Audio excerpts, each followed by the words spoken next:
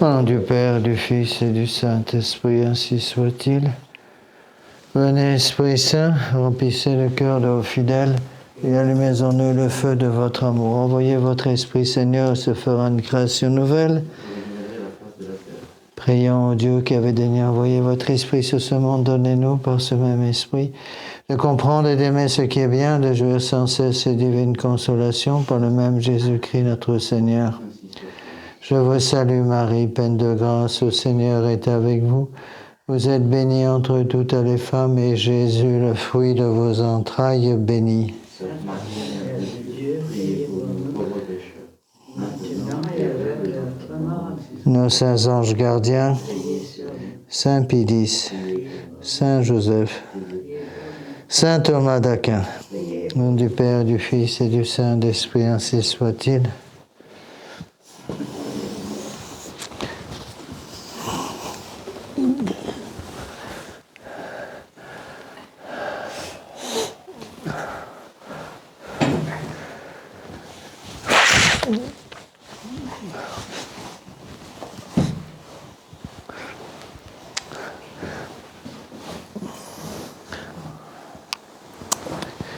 Alors, nous avons terminé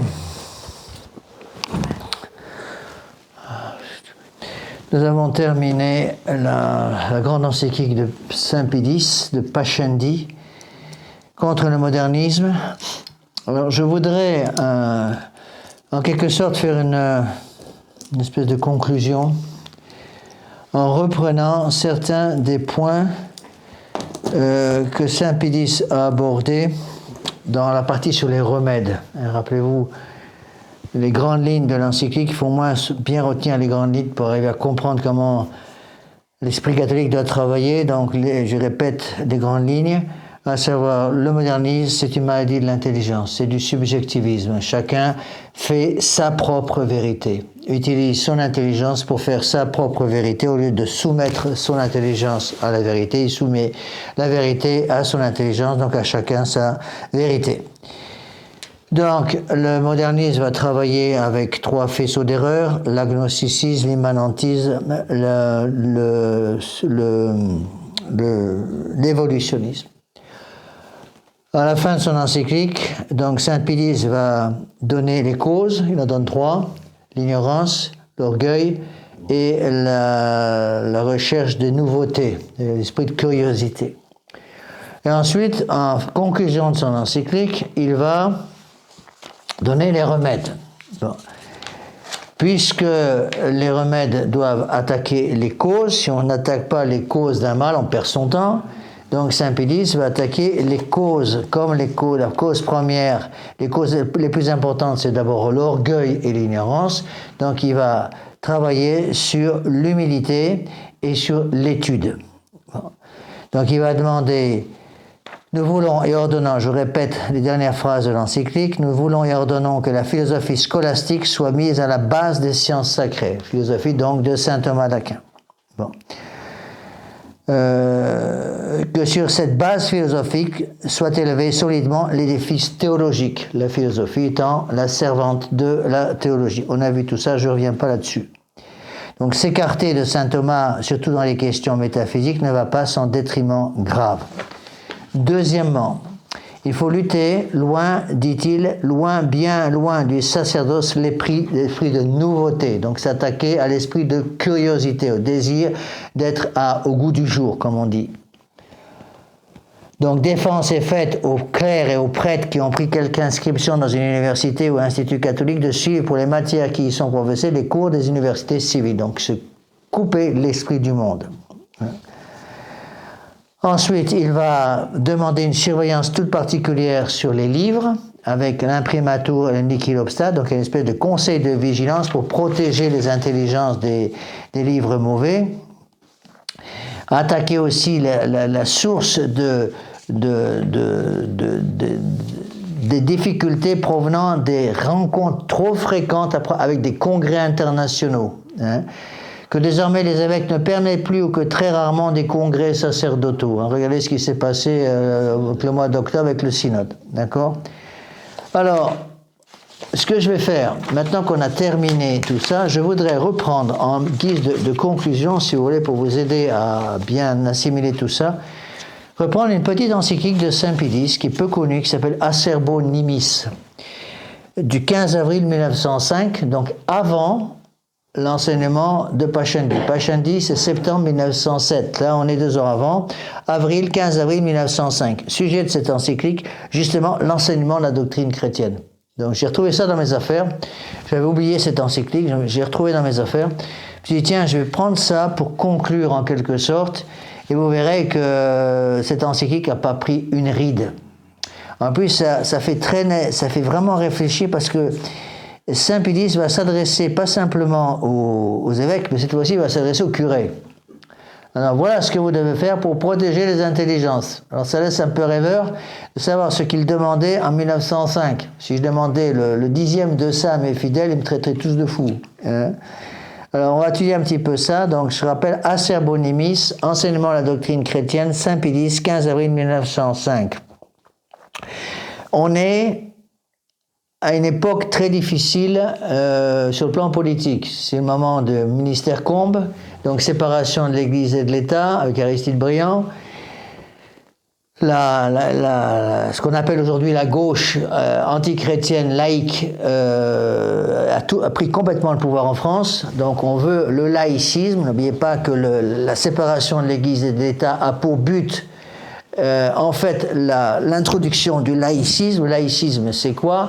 Le laïcisme, c'est l'évacuation de Dieu de toute influence, empêcher toute influence divine sur la société politique. C'est ça le laïcisme.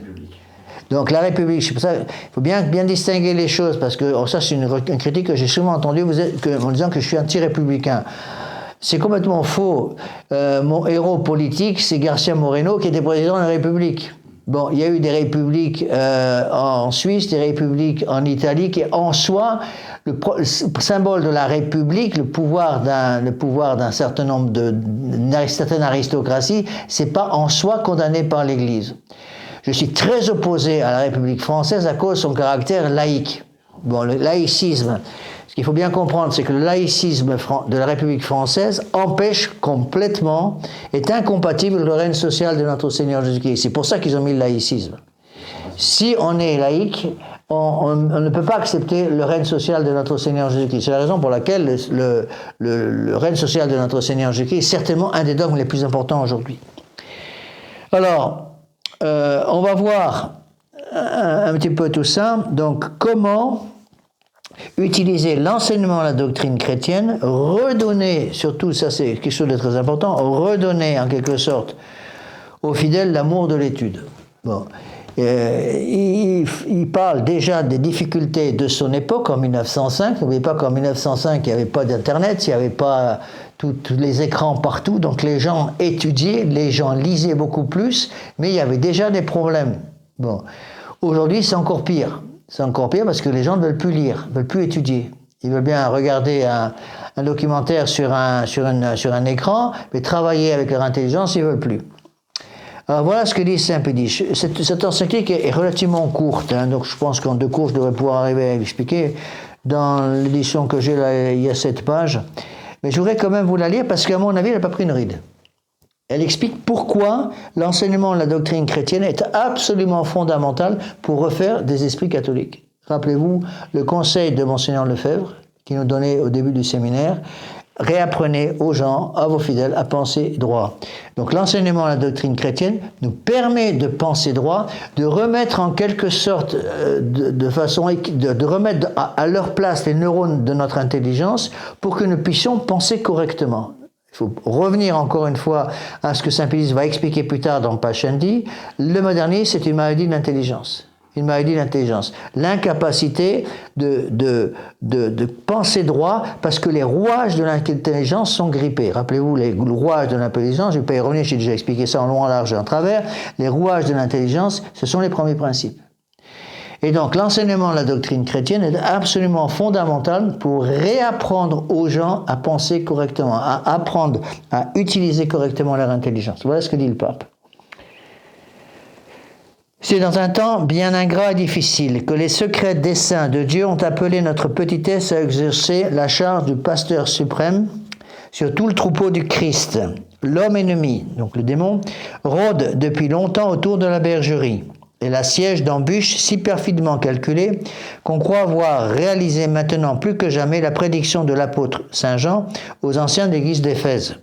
Je sais que parmi vous pénétreront des loups ravisseurs qui n'épargneront pas le troupeau. Donc déjà au temps de Saint Pédis, il y avait toute une série de personnes, notamment dans le sein de l'Église, qui essayaient d'utiliser leur influence pour vicier, pour saper les fondations même de l'Église. Et Saint Pédis le savait. Bon. Donc qu'est-ce qu'il dit? Que ces personnes d'influence travaillent dans le secret pour empêcher le troupeau du Christ, c'est-à-dire les fidèles en général, d'utiliser normalement leur intelligence. Évidemment, derrière, là, ils visent pas simplement les prêtres modernistes ou les évêques modernistes, ils visent aussi la franc-maçonnerie. Ils visent aussi la franc-maçonnerie. Et voilà ce qu'il dit. Je sais donc que parmi vous pénétreront des loups ravisseurs qui n'épargneront pas le troupeau. De cet amoindrissement des choses religieuses, tous ceux qui ont encore le zèle de la gloire divine recherchent les causes et les raisons. Écoutez bien ce passage qui est capital. Les uns en donnent une, les autres une autre, et chacun selon son opinion propose des moyens différents pour défendre ou rétablir le règne de Dieu sur terre, c'est-à-dire redonner, remettre en valeur le règne social de notre Seigneur Jésus-Christ. Quant à nous, vénérables frères, sans désapprouver le reste, nous croyons qu'il faut adhérer au jugement de ceux qui attribuent le relâchement actuel des âmes et leur faiblesse avec les mots si graves qui en résultent principalement à l'ignorance des choses divines. Ça, c'est à mon avis la clé de l'encyclique. Donc, il explique que le nerf de l'armée du démon, c'est la faiblesse des bons. La faiblesse des bons. Et donc, le relâchement actuel des âmes et leur faiblesse pour lutter contre les erreurs intellectuelles, vient de l'ignorance des choses divines. Il disait ça en 1905. Ça laisse un peu rêveur, hein? Parce qu'en 1905, il y avait partout la messe traditionnelle. Les églises étaient pleines. Voilà, les églises étaient pleines. Tous les prêtres étaient en soutane. Les prêtres avaient une bonne formation intellectuelle, une bonne formation spirituelle, une bonne formation théologique à peu près. Eh bien, Saint Pédis, malgré cette apparence de paix extérieure, dit attention, l'ignorance des choses divines est la cause de ce relâchement des âmes et la faiblesse des âmes pour se gouverner. Donc il voit deux choses. D'une part la maladie, relâchement des âmes, une espèce de paresse dans la vie spirituelle, ce qu'on appelle l'acédie, et d'autre part l'ignorance des choses divines. Vous voyez, on retrouve là ce qu'il va reprendre après 2 ans plus tard dans Pascendi, à savoir l'ignorance étant la cause principale avec l'orgueil, et cause principale du modernisme. Donc l'ignorance des choses divines, c'est-à-dire l'ignorance de son catéchisme. Contrairement à ce que beaucoup de gens pensent, et ça il faut que nos fidèles comprennent bien ça, ce dont les gens ont le plus besoin aujourd'hui pour conserver la foi, c'est le catéchisme. On pense qu'il suffit de donner une Bible ou un évangile à des gens, ils vont se convertir en lisant l'évangile. C'est pas de l'évangile, bien sûr l'évangile est important, mais le catéchisme, c'est en quelque sorte le sang même qui va circuler dans les évangiles. Donc, vous pouvez lire complètement les évangiles et pas les comprendre du tout. Vous voyez, donc il faut, avant, à mon avis même, de lire les évangiles, il faut connaître d'abord son catéchisme. Et beaucoup de gens ne veulent pas de ça. Ils veulent bien lire un évangile parce que c'est une lecture relativement facile, mais ils ne veulent pas étudier. Si je leur demande de lire l'évangile, ils le lisent. Si je leur demande d'étudier le catéchisme de Saint Pédis, ils ne veulent pas le faire. Vous voyez ? Et j'ai remarqué que on arrive à expliquer ces choses-là aux païens, aux gens qui n'ont rien reçu. Mais les fidèles ont beaucoup de mal, surtout les jeunes, à comprendre la nécessité de revenir au catéchisme. Parce qu'ils vont me dire, il y a une espèce d'idée qui est dans la cervelle de ces gens-là, le catéchisme c'est pour les enfants. Ça on entend tout le temps, c'est pour les gamins. Moi, je suis un adulte, monsieur l'abbé, je suis majeur et vacciné. Ma foi, je la connais. J'ai appris le catéchisme quand j'avais une dizaine d'années. J'ai pas besoin de revenir à ça. Et c'est faux. C'est complètement faux parce qu'il y a un catéchisme pour les enfants, les bases. Mais ce catéchisme pour les enfants, c'est comme une graine qu'on plante. Il ne s'agit pas tout simplement de se contenter de planter la graine. Il faut d'abord que la graine soit plantée dans un terreau qui permette le développement de la graine. Ensuite, il faut respecter le développement de la graine. La graine, elle ne va pas rester au fond de son sillon tout le temps. Elle va grandir, puis elle va donner des fleurs et des fruits. Bon, au temps de 6-7 ans, au début de la formation religieuse d'un enfant, c'est la graine qui est là. Il faut que cette graine pousse. Il faut la mettre un tuteur pour qu'elle pousse droit. Et ensuite, une fois qu'elle pousse, elle va commencer à donner des fleurs. Et donc, il va falloir nourrir la graine avec plus de force quand elle commence à avoir des fleurs, et encore avec plus de moyens quand elle va donner des fruits. Et ça, j'ai remarqué, c'est très difficile à expliquer à nos fidèles. Beaucoup, je ne dis pas tous, mais si je posais la question, j'aurais bien posé la question, moi, que tous ceux qui m'écoutent sur Internet, il paraît qu'il y a 1000 personnes, ou 1000 familles qui écoutent sur Internet, très bien. Mais moi, j'aimerais bien qu'ils se posent tous la question. Tous ceux qui m'écoutent sur Internet, je suppose que les gens qui m'écoutent sur Internet ne sont pas des gamins. Ce ne sont pas les gamins qui écoutent ce genre de cours. C'est des grands adolescents, des jeunes adultes ou des adultes. Bon. Je voudrais poser la question suivante. De quand date la dernière fois le temps de votre dernière reprise d'un catéchisme? Quand avez-vous, pour la dernière fois, pris un catéchisme, soit le catéchisme du Concile de Trente, soit le catéchisme de Saint-Pédis, soit un bon catéchisme du genre, par exemple le catéchisme de Ripalda pour d'autres, ou d'autres catéchismes de Baltimore, peut-être pour d'autres langues anglaises ou en langue espagnole, mais de quand date votre retour à un livre de catéchisme? Et je suis convaincu que la plupart de nos fidèles vont me dire, monsieur l'abbé, je n'ai pas repris un livre de catéchisme depuis ma première communion, ma communion solennelle. Vous voyez? Et ça, c'est absolument fondamental à comprendre. Parce qu'une fois qu'on a compris ça, on comprend comment le démon a pu travailler après pour empêcher les prêtres d'étudier. Parce qu'on peut poser la même question aux prêtres. Avec une légère modification. Quelle est la question que je vais poser aux prêtres? Quand j'ai des prêtres qui acceptent de parler avec moi de ces choses-là, ça ne court pas les rues. Hein. Quand ils parlent avec moi de ces choses-là, la question que je vais leur poser, c'est non pas catéchisme, mais de quand date la dernière fois que vous avez pris en main la somme théologique de saint Thomas d'Aquin pour la réétudier? Réponse, j'ai pas touché depuis mon séminaire. En général, c'est ça. Mon séminaire, après, ne touche pas.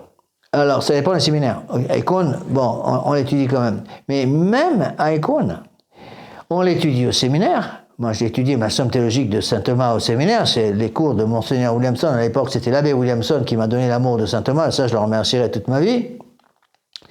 Mais je pense, quand on pose des questions même à des prêtres, par exemple de la fraternité Saint-Pédis, de quand date la dernière fois que vous avez repris en main votre cours de théologie dogmatique, la somme théologique de saint Thomas, je ne serais pas surpris qu'un certain nombre, un nombre important de prêtres, même dans la tradition, disent, monsieur l'abbé, j'ai pas le temps.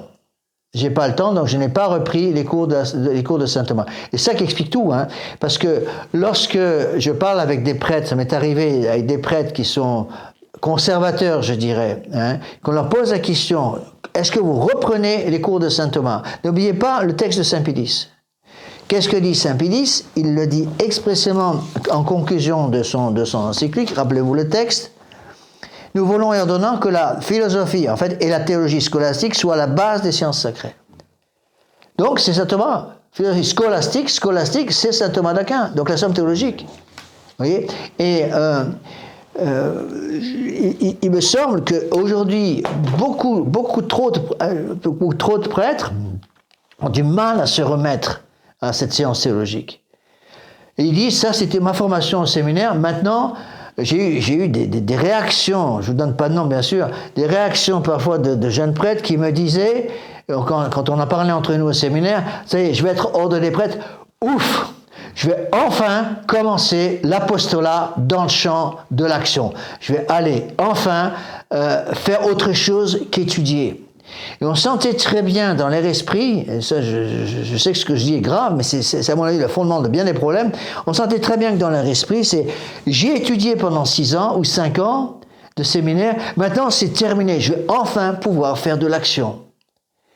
Et ils ne se rendent pas compte que s'ils arrêtent d'étudier la somme théologique de saint Thomas, qui est à la base théologique de toute la science de Dieu, eh bien, ils vont oublier les choses essentielles et ils vont perdre l'amour de l'étude. Monseigneur Lefebvre nous disait tout le temps ça, et il avait parfaitement raison. C'est des phrases que Monseigneur Lefebvre nous avait dit au séminaire qui sont restées gravées dans ma mémoire. Il nous disait, il y a 2 amours que vous ne devez jamais perdre. Il parlait aux séminaristes. L'amour de l'étude et l'amour de la prière. L'amour de l'étude, l'amour de la prière. Donc, l'amour de l'étude, c'est surtout la somme théologique de saint Thomas d'Aquin. L'amour de la prière, c'est surtout le bréviaire. Vous voyez ? Et je connais malheureusement, il y a certainement pas mal de prêtres, et là encore une fois, je ne parle pas dans le vide, parce que je pourrais donner des noms, je n'en donnerai pas bien entendu. J'ai eu moi-même, en tant que supérieur, quand j'étais prieur, dans la fraternité Saint-Pédis, à mettre mon doigt sur le problème quand je me suis rendu compte que certains des vicaires qui m'étaient envoyés ne disaient même plus leur bréviaire. Bon, alors que c'est une obligation sous peine de péché grave. Vous voyez ? Et ça laisse rêveur. Donc, il n'y a pas strictement parlant d'obligation sous peine de péché grave d'étudier la somme théologique de saint Thomas, mais il y a l'obligation sous peine de péché grave de garder son intelligence alerte pour pouvoir se protéger du modernisme. Vous voyez ? Alors là, c'est à mon avis, c'est une phrase très importante. Donc, je relis cette phrase. Nous croyons qu'il faut adhérer au jugement de ceux qui attribuent le relâchement actuel des âmes et leur faiblesse, avec les mots si graves qui en résultent, principalement à l'ignorance des choses divines. Il disait ça en 1905, ça n'a pas perdu une ride aujourd'hui. Donc 119 ans après, 120 ans après, c'est parfaitement exact. On voit le relâchement des âmes et la faiblesse des âmes. Pourquoi ? L'ignorance des bons est la cause de tous nos malheurs. C'est exactement, dit le pape Saint-Pédis, ce que Dieu disait par la bouche du prophète Osée. Il n'y a plus de science de Dieu sur la terre. La calomnie, le mensonge, l'homicide, le vol et l'adultère débordent, et le sang suit le sang. Voilà pourquoi la terre gémira, et tous ceux qui l'habitent seront affaiblis. Et en effet, qu'il y a actuellement dans le peuple chrétien bon nombre d'hommes absolument ignorants des choses qu'on doit connaître pour son salut éternel, c'est une plainte générale et malheureusement trop fondée. Donc j'ai le devoir, pas simplement de me maintenir en état de grâce, mais j'ai aussi le devoir de travailler pour que je ne sois pas ignorant des choses que je dois connaître pour me maintenir en état de grâce. C'est une chose de se mettre sur le bon chemin qui mène au ciel. C'en est une autre de se maintenir sur le chemin. Se maintenir sur le chemin. Et quand on arrête d'étudier, eh bien on finit par perdre l'amour de l'étude. Et quand on perd l'amour de l'étude, on va perdre l'amour de la prière, parce que les deux vont ensemble. Et moi, je le vois, quand on parle un petit peu avec certains prêtres qui sont, non pas modernistes, les modernistes refuseront de parler avec nous, mais je dirais des prêtres un peu conservateurs, ils le reconnaissent d'ailleurs. Ils disent oui, c'est vrai, on est toujours en réunion, on baratine, c'est des réunions, la réunionnite aiguë, mais on n'étudie plus. Quand je leur dis, vous dites encore votre bréviaire ? Ben non. Vous faites votre méditation tous les jours ? Ben non. Vous étudiez la somme théologique de saint Thomas ? Ben non. J'ai pas le temps, monsieur l'abbé. Vous n'avez pas le temps ? Vous n'avez pas le temps ? Et voilà, ils sont toujours fourrés sur le portable, toujours fourrés sur les écrans. Eh bien, ça devient impossible. Je vous donne un exemple. L'exemple, il vient du Père Vallée.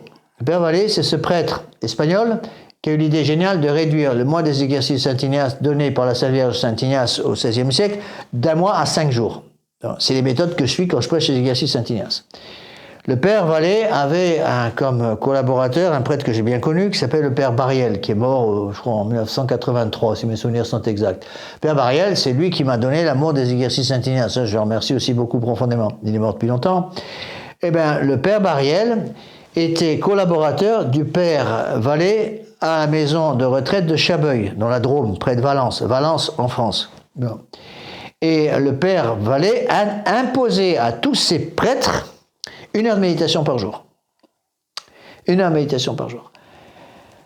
Et une fois, le père Bariel, qui était un jeune prêtre, un ancien curé à Marseille, qui avait demandé l'autorisation de venir travailler avec le père Vallée pour apprendre à prêcher les exercices Saint-Ignace, vient voir le père Vallée en disant, écoutez, moi j'ai une grosse retraite qui arrive là, il y a plusieurs, je ne sais pas combien il y avait, 20, 30 hommes qui vont suivre la retraite, j'ai énormément de travail, je ne vais pas avoir le temps de faire mon heure de méditation pendant cette retraite, c'est hors de question, c'est impossible. Le père Vallée lui a dit, si vous n'avez pas le temps de garder votre heure de méditation pendant la retraite, vous n'avez pas le temps de prêcher. Vous ne prêchez pas la retraite si vous ne gardez pas votre heure de méditation. Et il avait raison. Il avait raison. Et je vois, ça c'est la cause de tous nos malheurs. Hein. Je pense que là on touche un point clé. C'est pour ça que je reprends cette encyclique. L'ignorance des choses divines permet le relâchement actuel des âmes et leur faiblesse. Faiblesse surtout au niveau de l'étude, puisque c'est le sujet d'enseignement. Le sujet de cette encyclique, étude de saint Thomas d'Aquin, étude du bréviaire, et la méditation. Et si les gens n'ont plus de temps chez ceux-là, plus le temps de prier, plus le temps de dire leur bréviaire, plus le temps d'étudier la somme théologique de saint Thomas, c'est épouvantable. Et le pire, c'est quand on voit un petit peu leur façon de vivre, ils ont le temps pour des tas de bêtises à côté. Ils ont le temps de dire lire des machins stupides. Moi-même, d'ailleurs, j'avoue, je parle aussi pour moi. Hein, ce que je dis, c'est aussi pour moi. Bon, j'ai une chance, moi, une chose qui m'a énormément aidé, le fait que je donne des cours. Du fait que je donne des cours, quand je donne des cours, je ne suis pas capable de donner un cours sans le travailler profondément. Ça me demande beaucoup de travail en amont pour préparer mes cours. Bon. Et ça, c'est une grâce que j'ai de devoir donner des cours, même si c'est un cours par semaine, un cours d'1h30 par semaine, ça demande beaucoup de travail en amont pour préparer le cours. Bon. Une deuxième chose qui m'a aussi beaucoup aidé, je m'excuse de parler de moi, mais j'essaie d'aider les gens peut-être qui m'écoutent, y compris les prêtres, je sais qu'il y a des prêtres qui m'écoutent aussi. Une deuxième chose aussi qui est extrêmement importante, donc il n'y a pas simplement le bréviaire, il y a aussi la méditation, l'habitation quotidienne et l'étude de la somme théologique de saint Thomas d'Aquin. Une chose qui m'a aussi énormément aidé, c'est une décision que j'ai prise il y a un grand nombre d'années, ça fait très longtemps que je fais ça, c'est de prendre comme sujet de méditation le sermon que je vais donner le dimanche suivant. Bon, comme je m'oblige, selon le conseil du Père Vallée et le conseil de Monseigneur Lefebvre, qui nous conseillait, il ne l'obligeait pas, mais il nous conseillait à nous prêtres, aux séminaristes et à nous prêtres, d'avoir une heure de méditation tous les jours, une demi-heure le matin avec tout le monde, en communauté, quand on est en communauté, et une autre demi-heure l'après-midi. Bon, et c'est ce qui, à mon avis, il a raison. Bon, et Monseigneur Lefebvre insistait lourdement là-dessus, lourdement là-dessus. Et si on n'a plus le temps de faire ça, eh bien tout va s'écrouler. J'ai perdu le fil de ma... Méditation, pour maintenir la méditation. Ah voilà, donc une chose qui m'a énormément aidé, Le sermon du dimanche. C'est que le sermon du dimanche, je le prépare, je médite. Donc comme je m'oblige à faire une heure de méditation, pour moi c'est vital, par jour, donc je fais 7 heures de méditation pour préparer mon sermon. Bon, ben oui, c'est beaucoup. Mais ça me permet... Enfin, j'espère, de faire des sermons qui sont, j'espère, un peu intéressants. Bon, vu le nombre de personnes qui se connectent pour écouter les sermons, je suppose qu'ils ont trouvé un certain intérêt. Il y a beaucoup de travail à faire. Je ne suis pas parfait, mais il y a des gens qui sont capables de faire des sermons très intéressants, comme ça. Moi, j'en suis incapable. Il faut que je travaille énormément un sermon. Et ça m'a énormément aidé. Énormément aidé parce que ça m'oblige à travailler mes sermons, ça m'oblige à travailler mes cours, et du coup ça permet à donner des sermons. Moi j'ai été épouvanté par ces prêtres. Encore une fois, je ne veux pas juger les personnes, je juge les actes. Qui commençaient à préparer, j'en ai vu plein, qui commençaient à préparer leur sermon à 11h du soir le samedi soir, pour le dimanche. Ils n'avaient rien le temps de faire parce qu'ils s'étaient lancés à corps perdu dans l'apostolat, dans l'action. Et 11h du soir, ils sont crevés, ils n'ont plus qu'une envie, c'est d'aller au ciel, d'aller au lit, pas pareil, aller au lit. Ils ont encore leur bréviaire à dire, parce qu'ils n'ont pas encore défini leur bréviaire. Ils sont encore, en général, ils ont encore à dire peut-être non vepre et compli avant minuit, pour dire le bréviaire du jour. Et ils ont à préparer le sermon du lendemain. Ils n'ont même pas regardé de quoi ça parle. Quel est l'évangile du lendemain, ils ne savent pas. Et ils vont vite prendre ce qu'on appelle un sermonnaire, c'est des livres qui, à mon avis, ont fait énormément de mal, où il y a des sermons tout préparés pour chaque dimanche de l'année. Donc ils prennent... c'est quoi? Demain, c'est le dimanche prochain, c'est le 5e dimanche après l'Épiphanie. Vite. De quoi ça parle? C'est la parabole de l'ivraie. Vite, quelques notes, comme ça, griffonnées sur un bout de papier. Ils n'ont pas de temps parce que j'ai pas encore dit non, j'ai pas encore dit verbe, j'ai pas encore dit mes complis. Non, verbe précompli, il faut 25 minutes. Bon. Et donc, ils vont donner un sermon, après ils vont se coucher parce qu'ils sont crevés. Ils ont pas préparé leur sermon, ils n'ont pas médité leur sermon, et ça se sent quand on prêche. Et d'où vient cette idée? Elle n'est pas de moi. Moi, je suis incapable d'avoir des idées comme ça tout seul. Parce qu'une fois, on a posé la question à Monseigneur. Je vous l'ai déjà dit dans d'autres circonstances. Une fois, j'ai posé la question, je ne suis pas le seul, on a posé la question à Monseigneur, on était un petit groupe à la sortie du réfectoire, on parlait avec Monseigneur Lefebvre. Et on lui a dit, parce que moi, ça m'avait beaucoup frappé, les sermons de Monseigneur Lefebvre sont toujours passionnants. J'ai écouté tous les sermons de Monseigneur, et j'ai jamais entendu un sermon barbant de Monseigneur Lefebvre, jamais. Par contre, des sermons barbons de confrères, je ne donne pas de nom, mais ça court les rues. Bon. Où on dort au bout de 5 minutes parce qu'ils n'ont rien à donner. J'avoue, j'en suis pas fier, que j'ai pratiquement dormi pendant tous les sermons que j'ai eu pendant mes 5 ans de formation au séminaire, sauf les sermons donnés par Monseigneur Lefebvre et les sermons donnés par l'abbé Williamson, qui étaient passionnants. Bon. Monseigneur Lefebvre avait des sermons passionnants. On lui a posé la question, comment préparez-vous vos sermons? Et il nous a répondu, je les médite. Je les médite. La méditation quotidienne. Il médite tous les jours sur le sermon du dimanche suivant. Et ça fait tilt. J'ai jamais oublié le conseil. Je me dis, voilà la clé. Et j'ai commencé à faire ça. Dimanche après-midi, après avoir assuré mes messes, ici j'ai qu'une messe, le dimanche à Tanus, j'assure ma messe, je reviens, je mange, je mets en ligne la messe, je mange, je fais une petite sieste, je dis bon bréviaire, après j'ai un peu de temps. Tout de suite, qu'est-ce que je commence à faire? Quel est le sermon, l'évangile de dimanche suivant? Et je m'oblige déjà à commencer à le travailler. Bon, une autre chose que je conseillerais aux jeunes prêtres qui m'écoutent, moi, ça m'a énormément aidé. Après, ils font ce qu'ils veulent, chacun s'organise un peu comme il veut. Moi, ce que je fais aussi, qui m'aide aussi énormément, je gagne un temps considérable, j'ai enregistré tous mes sermons des 15 dernières années. J'ai enregistré tous mes sermons des 15 dernières années. Ou à peu près. Donc, je reprends les sermons que j'ai donnés il y a 10 ans, c'est-à-dire je reprends actuellement tous les dimanches les sermons que j'ai donnés pour les mêmes circonstances en 2014. Je reprends, par exemple, le sermon dimanche prochain, c'est le sermon du 5e dimanche après l'Épiphanie. Je vais aller chercher, il y a une semaine ou 15 jours, le sermon que j'ai donné en 2014 pour le 5e dimanche après l'Épiphanie. Et je l'ai réécouté, ça prend 20 minutes, parce que bon que je prêchais 20 minutes, maintenant je suis un peu plus bavard. Bon, j'ai réécouté le sermon et j'ai pris des notes. Je prends des notes sur le sermon. Et après, pendant 7 heures, donc 1 heure par jour, pendant toute la semaine, je relis mes notes et je médite sur mes notes et je reprends ces notes pour recomposer un sermon à partir de ma méditation. Ça m'a énormément aidé. Et je pense que c'est absolument vital pour les prêtres. Vital pour les prêtres. Et je vous ai déjà dit, je répète, Bergoglio a sorti qu'il ne fallait pas qu'un prêtre prêche plus de 6 minutes le dimanche. Vous vous rendez compte, qu'est-ce qu'on peut dire en 6 minutes? Moi, j'arrive déjà pas. Hein? Il a dit quoi? Qu'il ne fallait pas que le prêtre prêche plus long que 6 minutes le dimanche. Et c'est ce que le Vatican leur envoie. Voilà. 6 minutes. Vous vous rendez compte? 6 minutes. Moi, j'ai du mal à boucler un sermon au moins d'une demi-heure. Pour arriver à bien expliquer les différents points, expliquer ce que je veux dire. J'ai du mal en une demi-heure. En 6 minutes, qu'est-ce que vous voulez qu'on fasse? Pratiquement rien. Vous voyez? Donc, Saint Pinice dit bien, bon, l'ignorance des choses divines est la cause du relâchement des âmes et de leur faiblesse.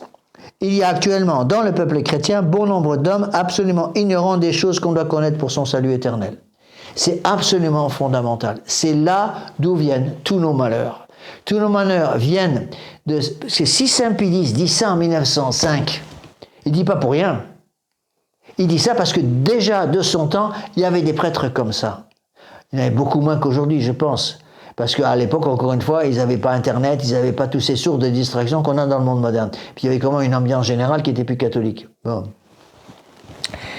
Et donc, il dit que c'est une plainte générale trop fondée d'avoir des gens ignorants des choses qu'on doit connaître pour son salut éternel. Alors, c'est déjà grave pour un fidèle de ne pas connaître les choses, selon le terme de Saint Pédis, d'avoir des gens qui sont ignorants des choses qu'on doit connaître pour son salut éternel, mais c'est encore plus grave quand il s'agit de prêtres.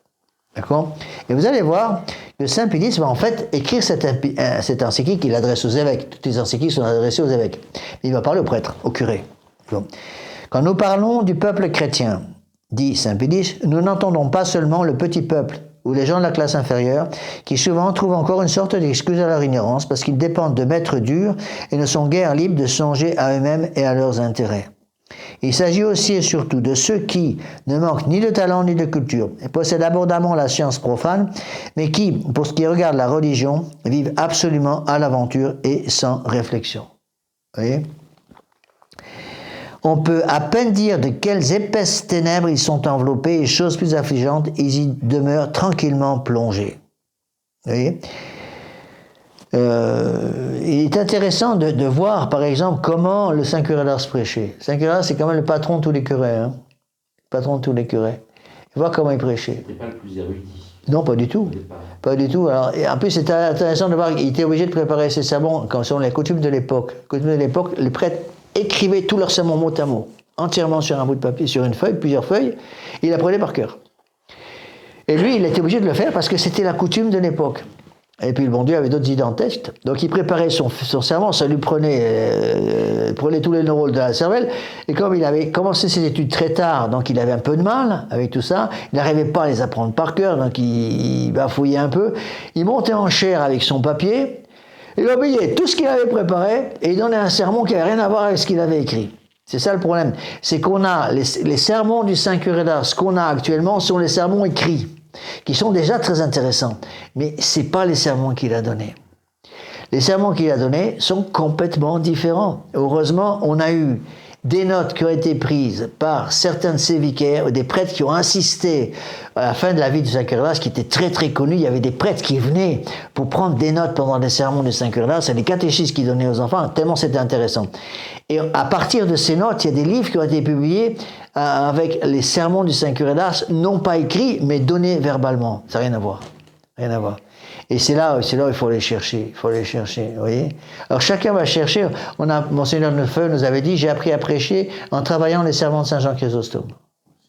En quoi? En travaillant les sermons de Saint Jean Chrysostome, un docteur de l'Église, un des plus grands prédicateurs. Chrysostome, c'est bouche d'or. On l'appelait bouche d'or à cause de sa science de la prédication. Et un saint du IVe siècle. IVe siècle. Un père apostolique grec, l'Église grecque. D'accord?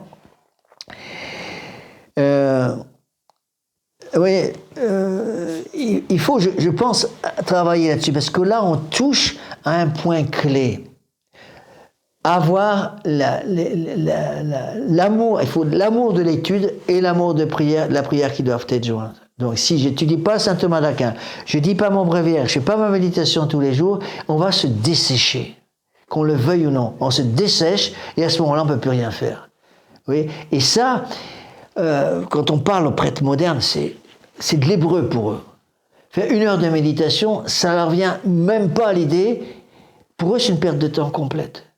Ils n'ont pas ouvert Saint Thomas d'Aquin. Moi, je me rappelle un prêtre, je ne vais pas donner le nom, un prêtre de Pennsylvanie que je connaissais bien, qui était très gentil, qui devait avoir mon âge actuel. À l'époque, moi, j'étais un jeune prêtre, j'avais 35 ans. Il devait avoir 70 ans au moins, il est mort depuis longtemps maintenant. Et quand je lui ai posé la question, mais quand est-ce que la dernière fois que vous avez ouvert Saint Thomas d'Aquin, il m'a répondu, j'ai pas ouvert depuis le séminaire. Bon, ben, c'était ça, quoi, vous voyez? Eh bien, c'est absolument fondamental. Le bréviaire, la méditation, et si possible 1 heure par jour. Bréviaire, la méditation, et l'étude de la somme théologique de Saint Thomas d'Aquin. Sinon, on se dessèche. On se dessèche parce qu'on oublie. Moi, j'avoue, j'en suis pas fier. J'oublie des tas de trucs. J'oublie des tas de trucs. Souvent, je suis obligé de revoir certains passages de choses que je connais pourtant. Enfin, on m'a posé une question, est-ce qu'il y avait jeûne et abstinence pour la vigile de la Toussaint? Bon. En principe, je sais ça, c'est des choses que je dois savoir. J'ai dû retourner sur mes cours, mes anciens cours que j'ai préparés il y a longtemps, dans mon ordinateur pour. Je lui ai dit, écoutez, je pense pas, mais laissez-moi vérifier. Devant lui, j'ai vérifié, je suis allé dans mon ordinateur, je savais où c'était. Et j'ai dit non, il n'y a pas obligation du jeûne et abstinence pour la vigile de la Toussaint. Vous voyez? On oublie les choses. D'où la nécessité d'étude. Et ça, c'est pas évident, hein, parce qu'il faut arriver à rendre à nos prêtres l'amour de l'étude et l'amour de la prière. Et si on n'a pas ça, on est fichu. Alors, bon, moi, personnellement, le conseil que je donnerais, enfin, je m'excuse encore une fois de parler de moi, mais je suis un vieux prêtre, il paraît. Bon, moi, je me considère pas comme un vieux prêtre, mais enfin, les gens m'ont dit, vous êtes un vieux prêtre. Quand on me dit ça, je suis pas très content, mais enfin, bon. Bon, c'est sûr que quand j'ai devant moi un prêtre qui a 2-3 ans de sacerdoce, bon, ben, je peux peut-être lui donner quand même quelques petits conseils, au moins sur un plan pratique.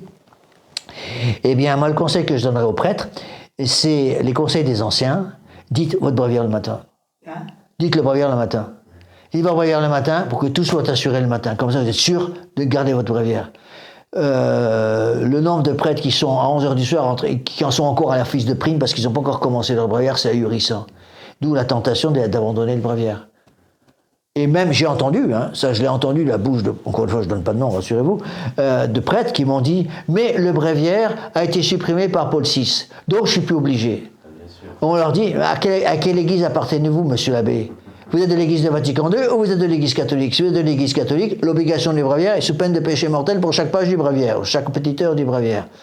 Alors si vous voulez suivre Paul VI, c'est à dire la nouvelle messe et aller prêcher Vatican II. Liberté, égalité, fraternité, alléluia, tout le monde est au ciel. Mais non, c'est pas comme ça que ça se passe. Vous voyez, c'est des choses ahurissantes. J'ai eu des prêtres traditionnels qui m'ont sorti des machins pareils. Non, ça a été supprimé par Paul VI. Et alors, précisément parce que ça a été supprimé par Paul VI, ça veut dire qu'il faut défendre ça. Quels sont les points de doctrine? J'ai déjà expliqué ça, je ne sais pas combien de fois. Quels sont les points de doctrine qu'il faut défendre? Les points de doctrine qui sont les plus attaqués par nos adversaires. Les 2 dogmes de foi les plus attaqués, le péché originel, le règne social de notre Seigneur Jésus-Christ. Les 2 dogmes à plus protégés. Bon. Qu'est-ce qu'a supprimé l'Église de Vatican II? L'Église de Vatican II a supprimé le bréviaire. D'où l'attachement au bréviaire. Si l'Église de Vatican II a supprimé le bréviaire, il faut être attaché 2 fois plus maintenant à son bréviaire, précisément parce qu'il a été supprimé par l'Église de Vatican II. Et je connais des prêtres, je sais qu'il y en a, des prêtres modernes qui me disent, monsieur l'abbé, je ne suis incapable de faire une méditation, j'ai jamais appris. Jamais appris. Alors il y en a qui cherchent, hein, attention, je ne dis pas qu'ils sont tous comme ça, il y en a qui cherchent, qui ont compris ces choses-là, et qui commencent à se mettre à la méditation à 80 ans, c'est pas évident. Hein. Tu te fais une retraite. Moi j'avoue, je suis très impressionné quand je vois j'ai eu l'occasion d'aider, il faut avoir prié pour lui, il vient de mourir, l'abbé Claude Proux, qui était un prêtre que j'aimais beaucoup, un veuf, donc il est rentré au séminaire sur le tard, après la mort de son épouse, il est rentré au séminaire, il est devenu prêtre. À 80 ans, il a commencé à avoir des sérieux doutes sur la validité de son ordination, parce qu'il a été ordonné avec le rite nouveau, de 68, et consacré avec un évêque qui avait été consacré avec le nouveau rite. Il a commencé à avoir des doutes, et je comprends. Bon, il se trouve qu'il s'est retrouvé dans mon bureau, et je l'ai fait réordonner sous condition par Monseigneur Williamson, qui a accepté de le réordonner. Il a été réordonné sous condition pour être sûr qu'il soit prêtre. Donc il est mort prêtre. Il est mort c'était quoi, un an après, il était mort. Oui, un an après, il était mort. J'avoue que j'admire. Parce que accepter à 80 ans de reconnaître, je me suis trompé, j'aurais dû m'occuper de ces choses-là avant, je ne l'ai pas fait, mais il n'est pas trop tard, je vais te demander d'avoir l'humilité, comme un petit enfant, j'ai réalisé littéralement, l'humilité de redemander une formation pour pouvoir, ou une réordination sous condition. Moi j'avoue que je suis en admiration, vous voyez, c'est en admiration. Et il y a des prêtres dont je ne donnerai pas le nom parce que ça ne sert à rien, des prêtres traditionnalistes, même c'est les vacantistes qui ont osé dire à leurs fidèles, il ne faut pas demander des services à ces prêtres-là parce qu'ils ne sont pas assez bien formés. Un prêtre de 80 ans qui a suffisamment d'humilité pour faire ce qu'il a fait, chapeau. Qui commence donc par prendre l'exemple de l'humilité chez des abbés comme l'abbé Proux, après on reviendra. Après ils pourront venir discuter avec nous. Pas avant, d'accord ? Alors, Dieu, le souverain auteur, je reprends le texte de Saint Pédis. Dieu, le souverain auteur et maître de toutes choses, la sagesse de la foi chrétienne. Il n'y pense presque jamais. L'incarnation du Verbe de Dieu, la rédemption du genre humain, accomplie par lui, ils n'en savent rien. Rien non plus de la grâce, qui est le grand moyen d'acquérir les biens éternels. Rien de l'auguste sacrifice, ni des sacrements, par lesquels nous obtenons et gardons en nous cette grâce. Quand on péchait, on n'en tient nul compte de ce qu'il renferme de malice ou de honte. Par suite, nul souci de l'éviter ou de s'en débarrasser, et ainsi, on arrive au dernier jour. Et je suis en admiration, encore une fois, de voir des gens, même des laïcs, et encore, je ne vais pas donner de nom, mais pour préserver l'humilité de la personne dont je parle, une personne qui a, je sais pas, 45 ans peut-être, ou 50 ans, bon, qui est venue me voir, et qui m'a dit, monsieur l'abbé, moi je suis baptisé, mais je connais rien. Je connais rien au catéchisme, j'ai jamais fait de catéchisme, ou j'ai arrêté mon catéchisme après la première communion, je connais plus rien, qu'est-ce que je dois faire? Je lui ai mis le catéchisme de Saint Pédis entre les mains. Catéchisme de Saint Pédis, il y a une très bonne édition qui a été rééditée par les éditions Céramis, c'est excellent, ça fait une centaine de pages. Je lui ai dit, lisez ça, vous avez tout là-dedans. Bon, en plus de ça, je lui ai donné deuxième étape, je lui ai dit, vous commencez à étudier ça pour vous remettre à flot de votre catéchisme. Pour étudier la doctrine chrétienne, l'enseignement de la doctrine chrétienne, étudier la doctrine chrétienne. Bon, puisque l'ignorance des choses divines est la cause principale du relâchement des âmes et de leur faiblesse. Ensuite, deuxième étape, je lui ai donné l'examen de conscience que j'utilise pour les retraites, parce qu'ils n'étaient pas confessés depuis je ne sais pas combien d'années, peut-être jamais confessés, souvent ça arrive, des gens qui ne sont jamais confessés, me disent, vous savez, je suis baptisé, mais je ne me suis jamais confessé. J'ai eu une fois une personne qui est venue faire la retraite, qui avait 70 ans, qui n'était jamais confessé, qui était pourtant catholique comme bébé. Ensuite, il a suivi ce catéchisme, première communion, tout envoyé premier, c'est fini, terminé, on n'en parle plus. Et ils n'ont pas pratiqué pendant 60 ans. Et d'un seul coup, ils débarquent. Bon, il n'est jamais trop tard pour bien faire. Je lui ai donné l'examen de conscience que j'utilise pour les confessions générales. Il a préparé sa confession générale. Il est revenu me voir. Il a fait sa confession générale. Plus il a étudié son catéchisme, je lui ai dit, dimanche prochain, vous pouvez communier. Dimanche prochain, il fait sa première communion. Deo gratias. Deo gratias. Vous voyez? Donc, tout ce que dit, ce qu'il faut comprendre, c'est que Saint Pédis se plaint justement de cette ignorance des choses divines, de ce nombre important d'hommes absolument ignorants des choses qu'on doit connaître pour son salut éternel en 1905. Mais qu'est-ce qu'il dirait aujourd'hui? Qu'est-ce qu'il dirait en 2024? Mais je sais pas, mais ça laisse rêveur. Ça laisse rêveur, d'accord? Alors, quand il ne reste à l'agonisant que quelques instants qui devraient être consacrés à des actes d'amour pour Dieu, le prêtre, afin de ne pas laisser perdre tout espoir de salut, est contraint de les employer à un enseignement sommaire de la religion. Trop heureux encore si le moribond n'est pas tellement dominé par une coupable ignorance, comme il arrive trop souvent, qui juge inutile toute intervention du prêtre et croit pouvoir, le cœur léger, sans avoir rien fait pour apaiser Dieu, entrer dans le redoutable chemin de l'éternité. Parce que le problème, c'est que très souvent, les catholiques vont, des catholiques comme ça, des catholiques superficiels, si vous voulez, vont appeler le prêtre juste avant de mourir.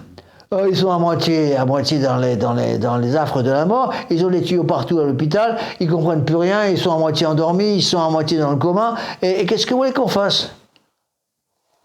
On essaie d'obtenir une bonne confession, comment voulez-vous faire une confession générale? Ils sont plus en état de le faire.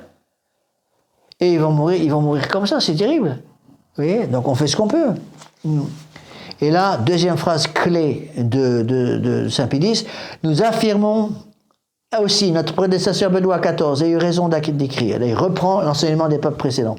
Nous affirmons qu'une grande partie de ceux qui sont condamnés au supplice éternel doivent cet irréparable malheur à l'ignorance des mystères de foi, qu'on doit nécessairement savoir et croire pour être admis au nombre des élus. On retrouve exactement le même texte dans Saint Pédis. Le peuple chrétien, il y a actuellement dans le peuple chrétien bon nombre d'hommes absolument ignorants des choses qu'on doit connaître pour son salut éternel. Il faut adhérer au jugement de ceux qui attribuent le relâchement actuel des âmes et leurs faiblesses, avec les mots aussi graves qui en résultent, à l'ignorance des choses divines. Et là, il reprend la même chose. Donc, la cause de tous nos malheurs, l'ignorance des mystères de la foi, qu'on doit nécessairement savoir et croire pour être admis au nombre des élus. La foi est nécessaire, parce que c'est la base de la vertu clé qu'est la vertu de charité. D'accord? Et si, encore une fois, c'est l'exemple que j'ai donné, je crois que j'ai expliqué ça dimanche dernier, donc il faut d'abord un terreau. Le terreau, c'est l'humilité. Bon. Ensuite, sur ce terreau, on va commencer par construire les fondations. C'est les grandes vertus, les vertus morales de pauvreté, de chasteté et d'obéissance. Donc l'humilité, obéissance et l'humilité, c'est pratiquement des synonymes. Ensuite, je vais construire les murs. Prudence, justice, force, tempérance. Et ensuite, la coupole, foi, espérance, charité. Tout à fait en haut, il y a la croix. La croix, c'est la charité. D'accord? Et si on n'a pas ça, tout s'écroule. D'accord? Alors, il faut faire attention à cette ignorance. Donc, il parle d'une coupable ignorance. La coupable ignorance, ce qu'on appelle l'ignorance crasse. C'est le mot théologique utilisé. C-A-A-2-S-E. L'ignorance supine aussi, c'est des synonymes, tout ça. C'est des mots théologiques. Hein. C'est des mots français qui ne sont plus utilisés du tout dans le vocabulaire courant. L'ignorance supine, c'est une ignorance crasse. Donc, il y a des ignorances involontaires et des ignorances volontaires. Quand quelqu'un oublie son catéchisme, et sait qu'il oublie son catéchisme, et ne prend pas les moyens pour étudier son catéchisme, alors qu'il sait qu'il est en train d'oublier, comme une faute grave. Et c'est pour ça que dans le catéchisme justement de Saint-Pédis, dans l'étude des commandements, il fait une étude des commandements succincte, rapide, et il parle du premier commandement, un seul Dieu tu adoreras et aimeras parfaitement, tu n'auras pas d'autre Dieu en ma présence, tu aimeras ton prochain comme toi-même pour l'amour de Dieu. Il parle des péchés contre le premier commandement. Le premier commandement, c'est le commandement le plus important de la loi divine. Et qu'est-ce qu'il donne comme commandement, comme péché contre le premier commandement? Il donne le sacrilège, attendez, il y en a 4. Le sacrilège, l'ignorance coupable des vérités de foi, la superstition et l'idolâtrie. Voilà. Idolâtrie, sacrilège, ignorance coupable des vérités de foi et superstition. Bon, superstition, en France, on n'a pas trop de problèmes comme ça. Le péché, en fait, le plus grave de tout ça, en soi, le plus grave, c'est quand même l'idolâtrie, l'adoration d'un faux Dieu. Bon, ça, c'est gravissime. Bon, aussi l'idolâtrie et le sacrilège, recevoir la communion est un péché mortel, c'est gravissime. Mais il parle de l'ignorance coupable des vérités de Dieu. L'ignorance coupable des vérités de Dieu, c'est ça l'ignorance crasse. L'ignorance supine. L'ignorance crasse, c'est je sais que je suis en train d'oublier les choses dont j'ai besoin pour sauver mon âme. Rappelez-vous le texte de Saint-Pédis. Des choses que je dois connaître pour mon salut éternel. Je sais que je suis en train de les oublier. Je sais que ces choses sont en train de disparaître de mon intelligence. Tant pis, je ne vais pas étudier tout ça. À ce moment-là, c'est l'ignorance crasse, l'ignorance volontaire des choses dont on a besoin pour sauver son âme. Et quand on parle avec les prêtres modernes, mais c'est ahurissant. Leur ignorance, c'est ahurissant. On m'a donné un exemple, moi j'y croyais pas, puis on m'a envoyé la petite vidéo. C'était un prêtre moderniste, pourtant qui était en soutane. Et on lui posait la question à propos de la soutane, pourquoi il portait une soutane. Donc il a expliqué un peu le rôle de la soutane, très bien. Et puis après, et pourquoi vous portez un col romain? Pourquoi vous portez le col romain? Il a répondu, je ne sais pas, ça fait partie du packaging, comme il disait, avec un anglicisme. Ça fait partie du paquet, mais oui, il y a la soutane, le col romain, la ceinture. C'est parti. C'est incapable, un prêtre. Il ne savait même pas pourquoi porter un col romain. Moi, j'ai appris ça en première année de séminaire. Avant de prendre la soutane, on vous a expliqué, le col romain, c'est le symbole de l'anneau d'esclave, donc c'est le symbole de l'obéissance.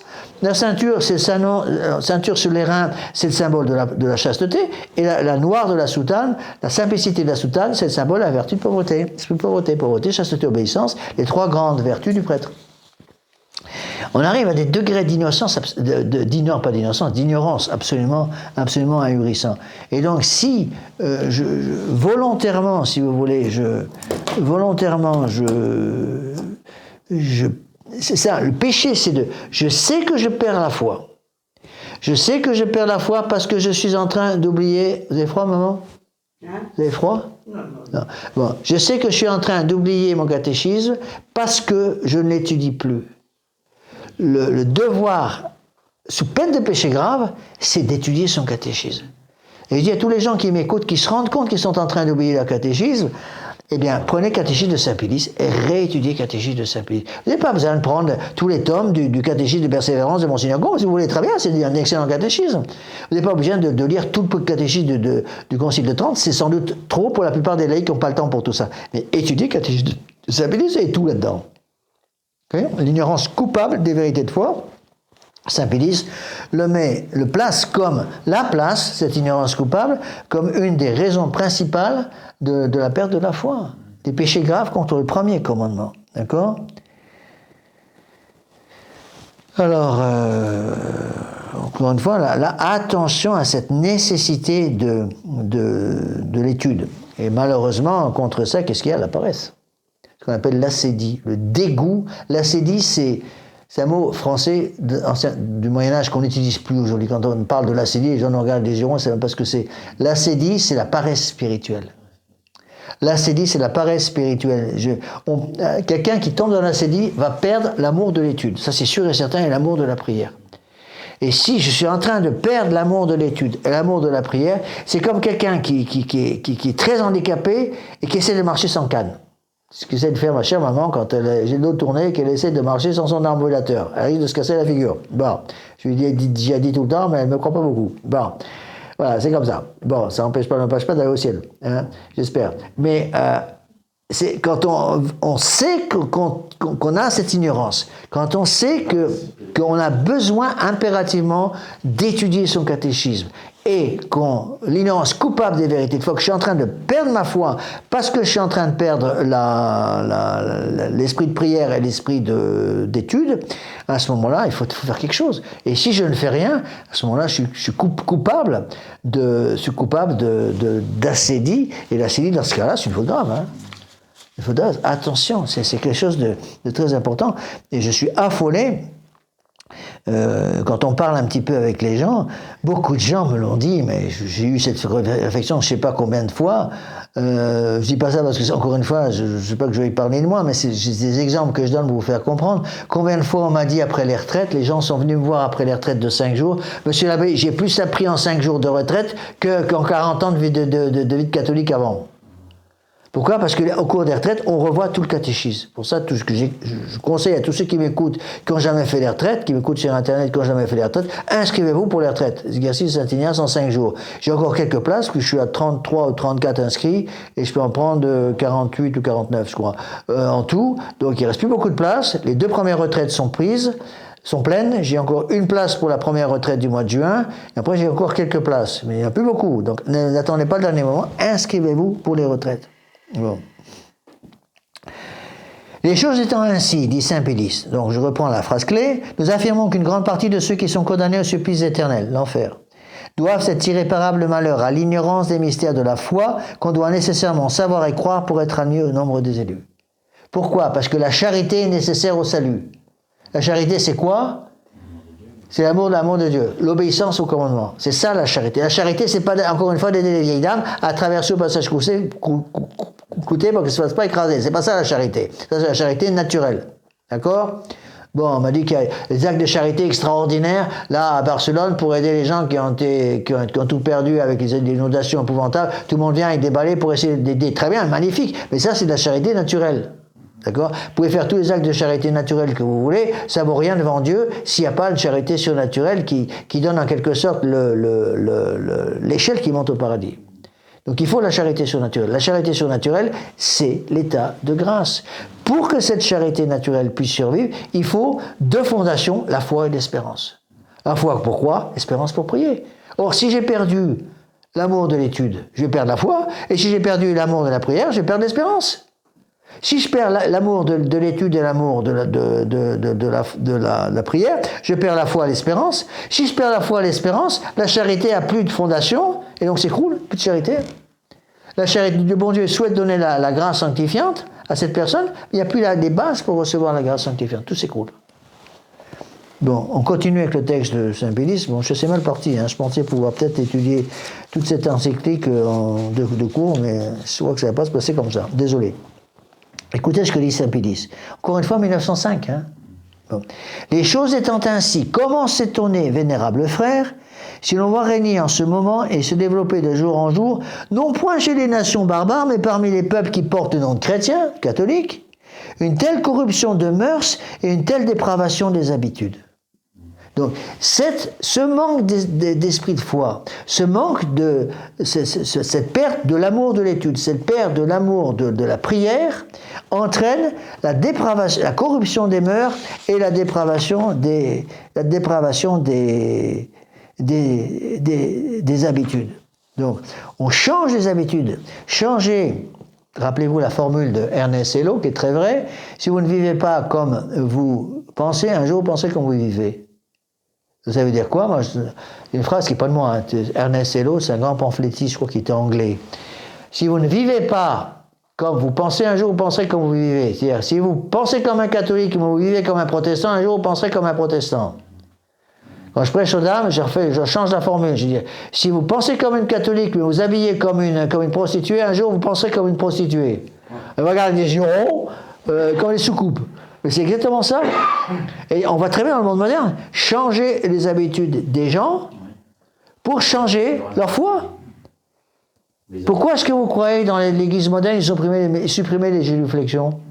Pourquoi vous croyez que dans l'église moderne, ils ont supprimé le banc de communion? Pourquoi vous croyez que dans l'église moderne, ils ont supprimé la patène de communion pour recevoir le hostie qui peut tomber? Bon, il n'y a pas longtemps, en pleine messe, j'ai fait tomber une hostie. Heureusement que le servant de messe avait la patène. J'ai pris une hostie pour donner la communion un dimanche à une personne qui était au banc de communion, puis il y avait deux hosties qui étaient collées, moi je ne l'ai pas vu. Il y en a une qui est tombée, heureusement elle est tombée sur le plateau de communion. Il n'y a plus ça dans l'église moderne. Pourquoi est-ce que vous croyez que le prêtre tient ses doigts serrés après les paroles de la consécration pour être sûr justement que les moindres parcelles qui contiennent le corps, le sang, l'âme et la divinité de notre Seigneur Jésus-Christ ne partent pas partout? À cause de la foi, la présence réelle. Comment ils ont fait pour détruire la foi, la présence réelle? Ils ont supprimé tous les signes de respect à la présence réelle. On perd la foi, la présence réelle. Oui, ils savent très bien ce qu'ils font. C'est pas les gens modernes vont dire mais c'est des détails. C'est pas des détails du tout. Après, regardez un petit peu les résultats pratiques, ce qui s'est passé. Je donne toujours ça comme exemple. Hein. Je m'excuse d'y revenir, mais il faut que ça rentre. Imaginez un prêtre qui veut détruire la foi en l'Immaculée Conception de la Sainte Vierge. Un prêtre qui veut détruire la foi de ses fidèles en l'Immaculée Conception de la Sainte Vierge. Bon. Il y a différentes méthodes. Première méthode, c'est d'attaquer directement le dogme en disant la très sainte Vierge Marie n'est pas Immaculée Conception. Il va provoquer une réaction de certains fidèles qui vont dire attendez, le pape Pie IX a déclaré le dogme en 1854, pardon, et après il y a eu la Sainte Vierge qui a dit la même chose à Lourdes en 1858. On ne peut pas dire ça. Donc le prêtre est malin, qu'est-ce qu'il va faire? Il ne va pas aller dire aux gens, il n'y a pas d'Immaculée Conception. Le dogme de l'Immaculée Conception, c'est de la bouillie pour chat, c'est faux. Qu'est-ce qu'il fait? Il n'en parle jamais. Il n'en parle jamais. Vous savez, il est protégé. Parce qu'ils n'en parlent jamais, on ne peut pas lui dire, vous attaquez le dogme de l'Immaculée Conception. Moi, je n'ai jamais rien attaqué les dogmes de l'Immaculée Conception. Je n'ai jamais attaqué le dogme de l'Immaculée Conception. Mais vous n'en parlez jamais. Oui, j'en parle jamais, mais je n'ai jamais attaqué. J'y crois personnellement, oui. Mais on n'en parle jamais. Et si, pendant 20 ans, il n'en parle jamais dans sa paroisse, qu'est-ce qui se passe? 20 ans, c'est une génération. Au bout de 20 ans, plus personne croit. En l'Immaculée Conception, on n'en a jamais parlé. Et c'est comme ça pour tout. C'est comme ça pour le règne social de notre Seigneur Jésus-Christ, c'est comme ça pour le péché originel, c'est comme ça pour l'incarnation, c'est comme ça pour la divinité de notre Seigneur Jésus-Christ, parce qu'on en arrive à ça. Hein. Actuellement, Bergoglio tourne autour du pot. À ma connaissance, il n'a pas encore dit. Il n'a pas encore dit que notre Seigneur Jésus-Christ n'est pas Dieu, mais bien fait de pas le dire. Hein, parce qu'il paraît que tous les dieux sont les mêmes. Donc le Dieu des musulmans, il paraît que c'est le même que le Dieu des bouddhistes ou le Dieu des catholiques. Et ça, par contre, il l'a dit. Et donc, il veut bien finir par reconnaître que, dans ce cas-là, on ne peut pas dire que notre Seigneur Jésus-Christ est le Dieu unique en 3 personnes. Puisque le Dieu des musulmans est aussi le vrai Dieu et que le Dieu des bouddhistes est aussi le vrai Dieu. Bon, ça va arriver. Comment on lutte contre ça? L'amour de l'étude, l'amour de la prière. Les gens étudient encore? Non. Ils prient encore? Non, ils ne prient plus. Donc, on s'écroule, tout s'écroule. Alors, je reprends. Donc, le pape rappelle la corruption des mœurs et la dépravation des habitudes. On change des habitudes pour changer les fêtes. Encore une fois, changez la façon de penser des gens et vous changerez la façon de croire des gens. Changez le comportement extérieur des gens et vous changerez ce qu'il y a à l'intérieur. Comment transformer une fille en prostituée? Vous n'avez pas demandé à la jeune fille d'aller vendre son corps dans la rue. Bien sûr que non. Si vous voulez transformer une jeune fille en prostituée. Mais vous allez la pousser à s'habiller comme une prostituée. Il y a un texte de Pidouze là-dessus qui est extraordinaire. Il dit avant, les femmes publiques pouvaient être reconnues dans la rue par leur façon de s'habiller. Quand on envoyait une habillée comme ça, on savait qu'on avait affaire à une prostituée, un homme d'honneur, un gentleman, changeait de trottoir immédiatement pour ne pas passer à côté d'elle. Et ne la regardez pas pour éviter toute tentation. Et il expliquait ça autour des années 50. Aujourd'hui, on ne voit plus les différences parce que les jeunes filles modernes veulent s'habiller comme les prostituées. Donc on ne sait plus qui est prostituée et qui ne l'est pas.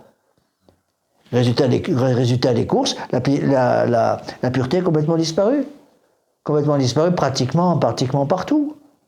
Moi, j'ai dû partir en courant de mes études de médecine, j'en suis pas fier d'ailleurs, mais j'ai dû partir en courant, enfin oui, j'en suis fier d'un certain côté, j'ai dû partir en courant de mes études de médecine, parce que tous mes copains de fac, tous, je n'avais pas une seule exception qu'à ma connaissance, tous vivaient en concubinage. En première année de médecine, ou en deuxième année de médecine, j'ai fait 2 ans de médecine. À la Timone, à Marseille. Bon, tous mes copains, tous, vivaient en concubinage. Et je me suis dit, mais moi, si je reste là-dedans, je ne suis pas plus malin que les autres. À force de vivre dans une poubelle, j'ai fini par sentir mauvais. Si je reste là-dedans, je fais pareil. Je suis parti en courant.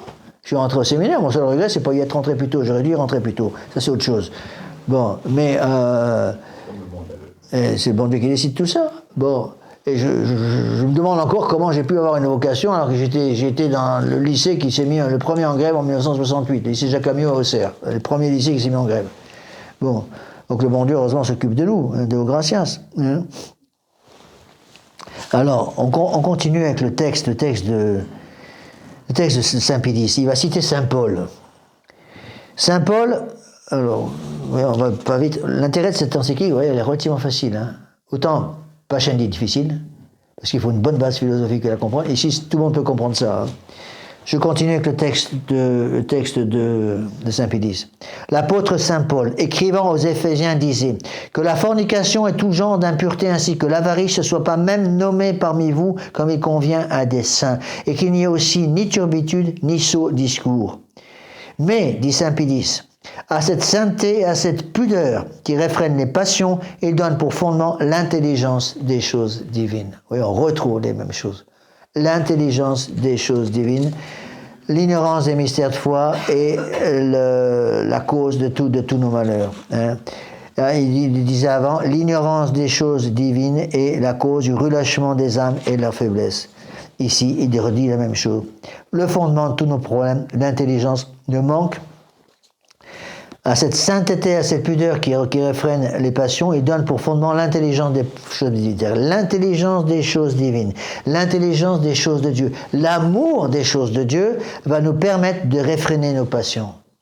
Vous enlevez l'amour des choses de Dieu, qu'est-ce qui se passe? Si j'enlève l'amour des choses de Dieu, il n'y a plus rien pour réfréner nos passions. Et voilà. Plus rien pour réfréner les passions, et tout va sauter. À ce moment-là, c'est la corruption des mœurs, la dépravation des habitudes qui s'introduit. Vous voyez? Alors, c'est pas évident, hein, encore tout ça. Et là, c'est un petit détail, mais j'en ai déjà parlé dans d'autres cours. Mais là, j'en parle parce que Saint Pédis utilise un mot, une vertu que j'aime beaucoup, qui est fondamentale, qu'on appelle la pudeur. La pudeur, c'est verecundia en latin. Il a traduit ici ça par pudeur. Il parle à cette sainteté, à cette pudeur qui réfrène les passions. La pudeur est nécessaire pour réfréner les passions, surtout les passions de la chair. Qu'est-ce que c'est que la pudeur? La pudeur, c'est latin verecundia, la vraie honte en quelque sorte. La pudeur est la vertu, une vertu typiquement féminine. La vertu de pudeur est une vertu fondamentale qui protège les jeunes filles, par laquelle une jeune fille aura une honte salutaire de se dénuder devant des yeux étrangers. Et même devant ses propres yeux d'ailleurs. Bon. Hein? Même ses parents, d'accord? Et c'est capital à comprendre. Parce que qu'est-ce qu'a fait le démon? Qu'est-ce que fait le monde moderne? Il déshabille les femmes pour les habituer à s'habiller dans la rue comme n'importe comment, à moitié nu, pour que la pudeur disparaisse. Si la pudeur disparaît, c'est la chasteté qui saute. Et à ce moment-là, les filles deviennent des prostituées. Et c'est exactement ce qui se passe malheureusement, sauf pour les femmes qui ont qui ont su protéger leur féminité. Oui, là, je conseille beaucoup aux jeunes filles qui m'écoutent sur Internet de se connecter à un site excellent, Femme à part. Le site Femme à part, c'est remarquable. C'est fait par une dame, dont je ne donne pas le nom parce que je l'ai promis jamais donner son véritable nom, qui s'appelait Thérèse. Je ne donne pas son nom de famille parce que je l'ai promis de ne pas le faire. Et elle fait un site qui est très très intéressant, surtout pour les jeunes filles et aussi pour les hommes. Où justement, elle redonne l'amour de la féminité. Le plus grand obstacle à la féminité, c'est le féminisme. C'est le Féminisme actuel. Pour sauver les familles, de quoi on a besoin? Donnez-nous des hommes qui agissent comme des âmes, des hommes et des femmes qui agissent comme des âmes, comme des femmes. Donnez-nous des hommes qui aient la virilité d'un homme, qui soient des chefs, donc qui aient la vertu de prudence, qui soient des chefs, et pas des nouilles comme le monde moderne en fait, et donnez-nous des femmes qui soient vraiment des femmes, qui soient féminines. Femmes féminines, il n'y en a presque plus dans le monde moderne. Elles sont sexy, je m'excuse du terme, c'est un terme horrible, mais ça dit bien ce que ça veut dire. Et c'est des femmes sexy, mais elles sont plus féminines, elles ont perdu leur féminité. Et ça, il faut commencer tout petit. J'ai expliqué ça en long, en large et en travers dans plusieurs de mes cours, entre autres des cours de préparation au mariage. Une des choses qui a fait le plus de mal aux jeunes filles qui ont perdu leur pudeur parce qu'elles ont perdu leur féminité, si on a perdu la pudeur, on perd la féminité. Bon. Et c'est les poupées Barbie. Les poupées Barbie ont fait un mal considérable. J'ai vu ces poupées Barbie partout dans tous les... Je suis allé dans tous les continents, sauf l'Antarctique. Je suis jamais allé en Antarctique. J'ai jamais vu de poupée Barbie en Antarctique parce que je suis jamais allé en Antarctique. Dans tous les continents, je suis allé, dans tous les pays dans lesquels j'ai pu faire un apostolat, j'ai trouvé ces poupées de Mattel, c'est la compagnie qui les fait, les poupées Barbie. Bon. Et tout est fait pour transformer la femme en simplement un objet sexuel. C'est tout. Avec une poitrine surdimensionnée, une taille de guêpe, pour qu'elle se présente uniquement comme un objet de plaisir. Une petite fille de 6 ans qui commence à jouer avec une poupée Barbie, qu'est-ce qu'elle va faire? Elle va vouloir imiter la poupée Barbie. Vous donnez à une petite fille de 6 ans un petit baigneur, traditionnel, qu'est-ce que fait la petite? Elle va commencer à jouer avec le petit baigneur, à le déshabiller, à l'habiller, à le nourrir, le laver, elle apprend son boulot de faire une mère de famille. Vous donnez un poupée Barbie à une petite fille de 6 ans, qu'est-ce qu'elle fait? Elle va commencer à vouloir s'habiller avec des talons hauts qu'elle va piquer à sa mère. Elle va essayer de se faire un corps comme une poupée Barbie. C'est la fin, parce qu'à ce moment, c'est la pudeur qui saute. C'est pour ça que Saint Pédis s'en parle ici. Vous voyez, c'est pas moi qui le dis. Hein. À cette sainteté, à cette pudeur qui réfrène les passions, il donne pour fondement l'intelligence des choses divines. Perdez l'intelligence des choses divines, vous allez perdre la sainteté et la pudeur. Prenez donc garde, frères, de marcher avec précaution, non comme des insensés, mais comme des sages.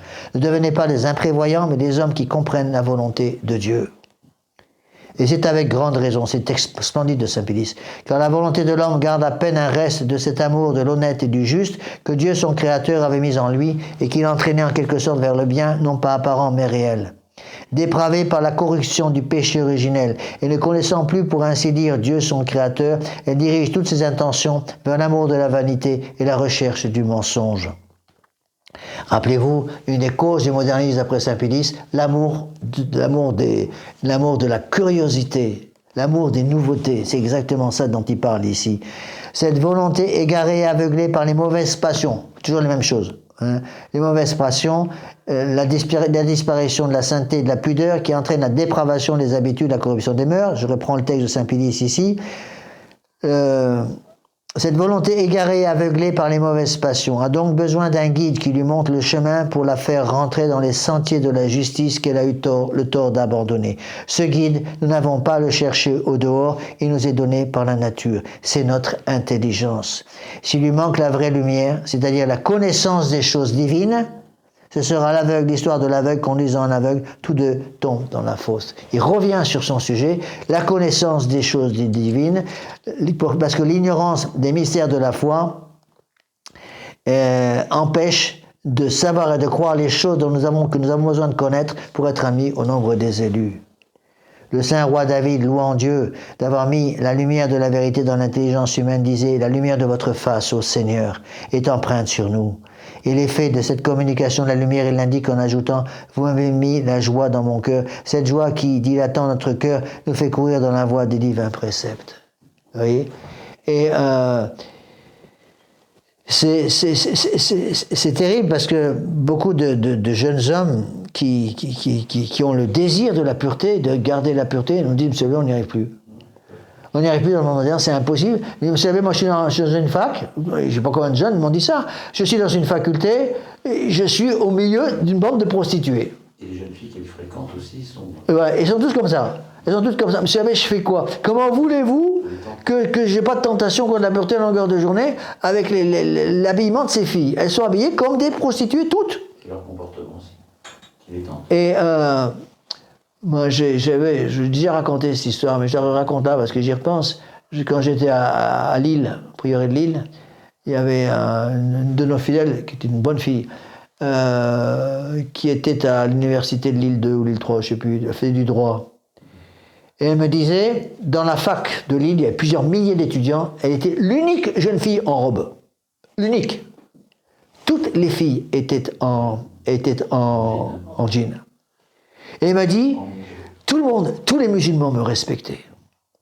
Tous les musulmans me respectaient. Il y avait des musulmans à l'école, à la fac. Et elle me disait, les musulmans venaient me voir en me disant, pourquoi tu n'es pas habillée comme toutes les filles, les filles de la fac qui sont habillées comme n'importe comment? Pourquoi tu es habillée comme ça, toi? Pourquoi tu es toujours en robe? Pourquoi tu es toujours féminine?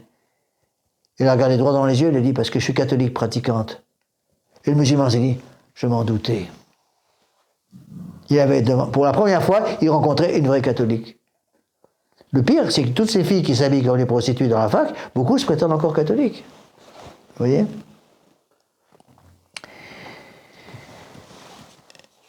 Donc, un peu de réflexion éclaircira ce point. Encore un petit quart d'heure, donc je vais commencer le paragraphe suivant. Un peu de réflexion éclaircira ce point. La doctrine chrétienne nous manifeste Dieu et ses infinies perfections bien plus clairement que ne le font les facultés naturelles. Cette doctrine nous oblige à honorer Dieu par la foi qui vient de l'intelligence, par l'espérance qui vient de la volonté, par la charité qui vient du cœur. Et ainsi elle soumet tout l'homme au souverain créateur et maître. De même, la doctrine de Jésus-Christ est la seule qui nous révèle la véritable et haute dignité de l'homme. Parce que l'homme a été créé à l'image et à la ressemblance de Dieu.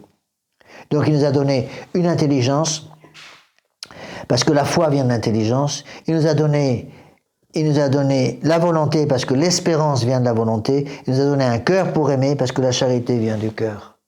Vous voyez? Et là on a tout, foi, espérance, charité. Foi pourquoi? Espérance pour prier, charité pour obéir à la loi de Dieu. N'oubliez jamais ça.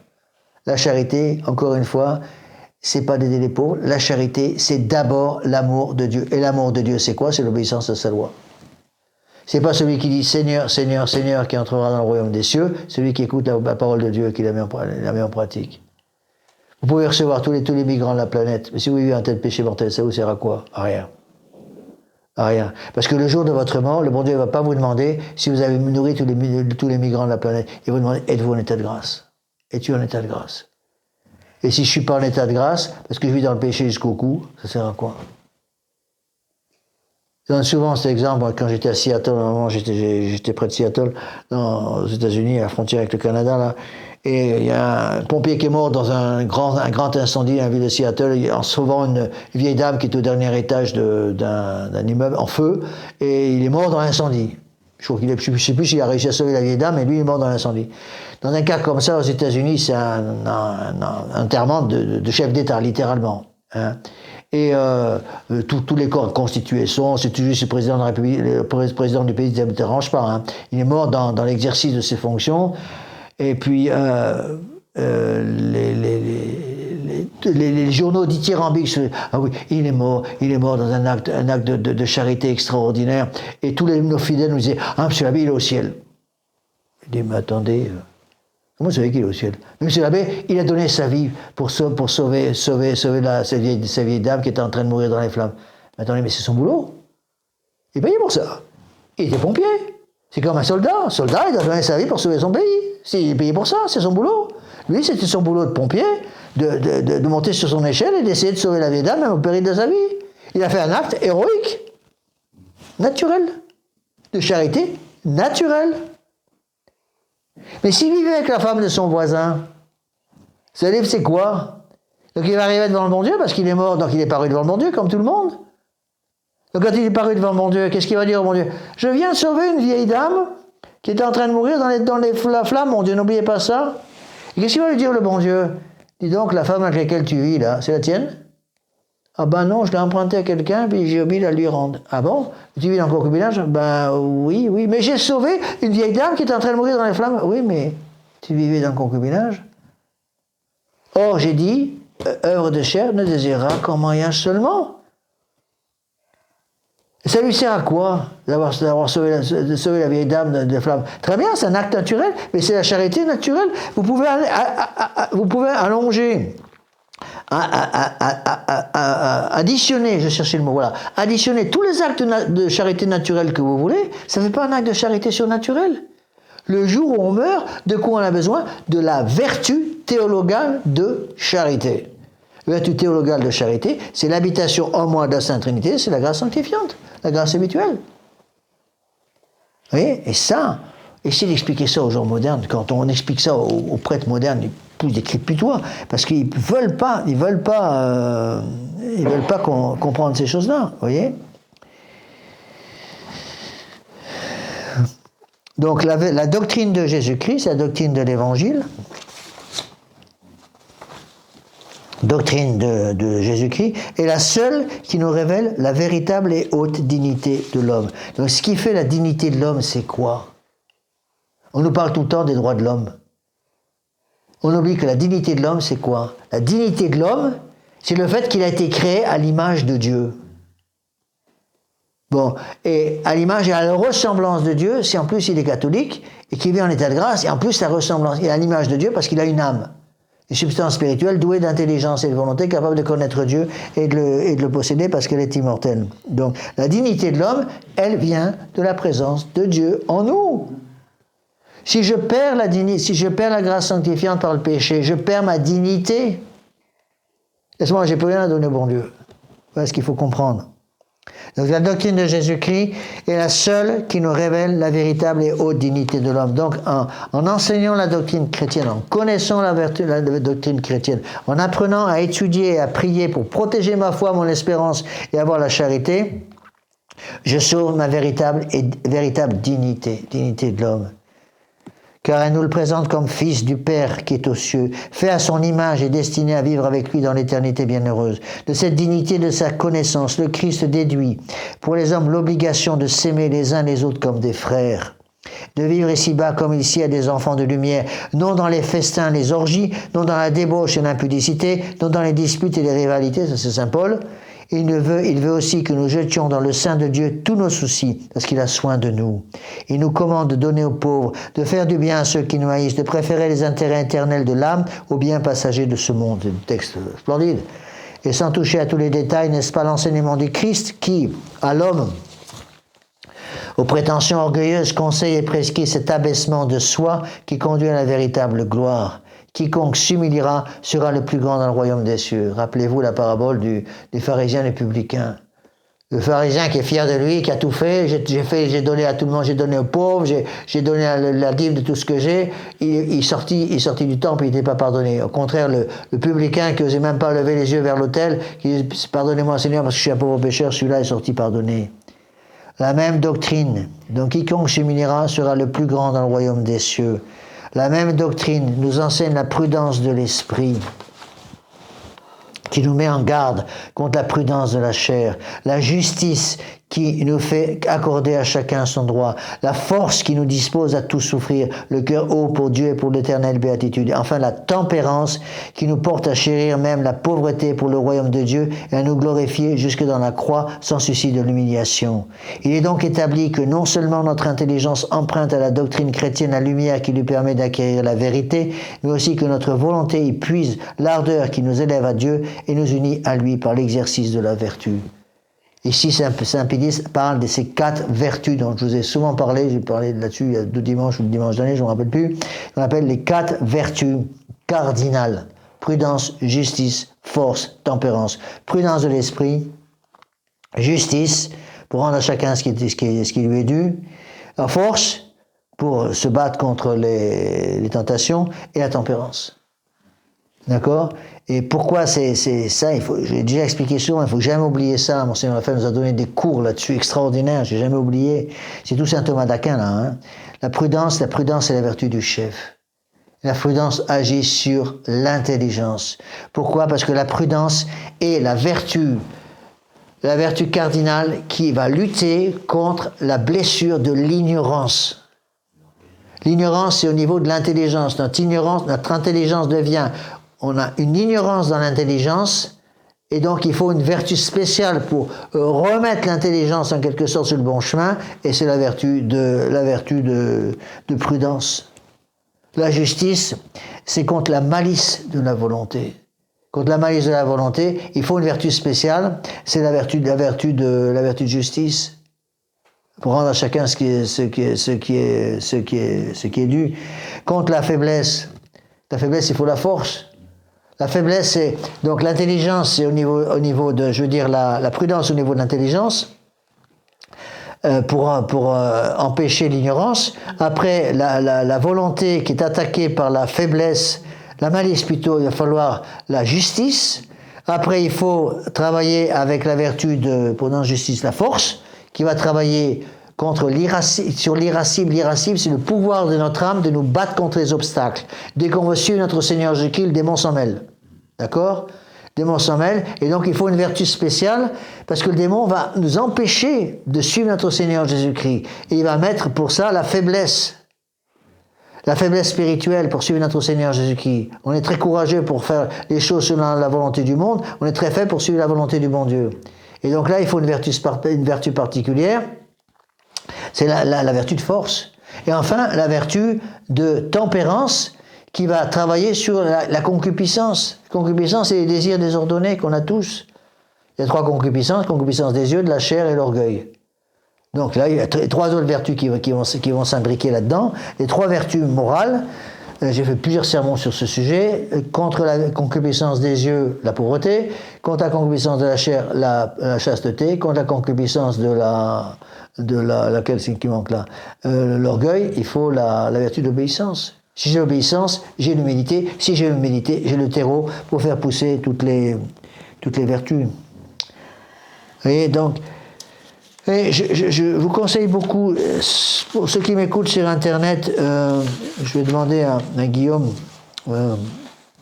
j'espère qu'il aura le temps de le faire, de me mettre cette encyclique Acerbo Nimis. Donc Acerbo Nimis, donc c'est A-C-E-R-B-O, Nimis c'est N-I-M-I-S.